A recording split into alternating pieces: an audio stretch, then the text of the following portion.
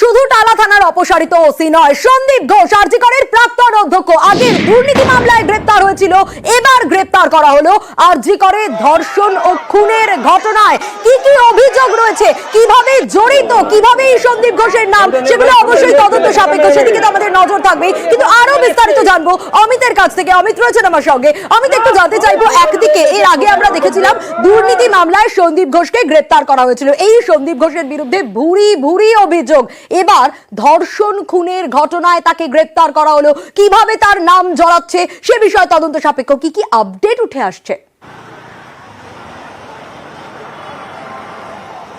গতকালই ইঙ্গিত পাওয়া গিয়েছিল যে সন্দীপ ঘোষকে নিজেদের হেফাজতে নিয়ে জিজ্ঞাসাবাদ করা হবে ধর্ষণ ও খুনের মামলায়, অর্থাৎ ধর্ষণ ও খুনের মামলায় তাকে গ্রেপ্তার করা হবে। এই গতকাল ইঙ্গিত মিলেছিল।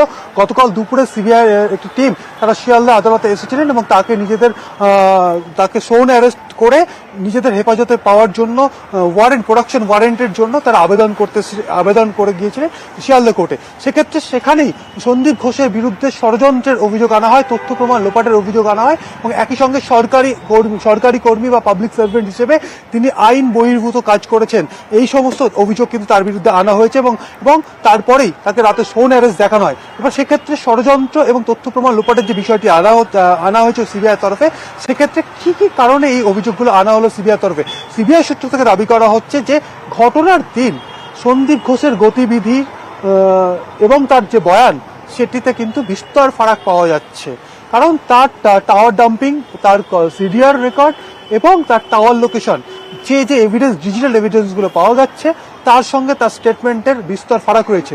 সন্দীপ ঘোষের সরকারি গাড়ির চালকের যে স্টেটমেন্ট, তার সাথে সন্দীপ ঘোষের বয়ানে ফারাক রয়েছে। এছাড়া আরো বেশ কয়েকজনকে জিজ্ঞাসাবাদ করে যে তথ্য প্রমাণ হাতে এসছে সিবিআই, সেক্ষেত্রে দেখা যাচ্ছে সন্দীপ ঘোষের বড় সড়ো একটা গাফিলতি বা বড় সড়ো ষড়যন্ত্রে তারা ইঙ্গিত পাচ্ছেন। কারণ তিনি জানতে পেরেছিলেন যে তার হাসপাতালের একজন পিজিটি স্টুডেন্টের অস্বাভাবিক মৃত্যু হয়েছে হাসপাতালের মধ্যেই।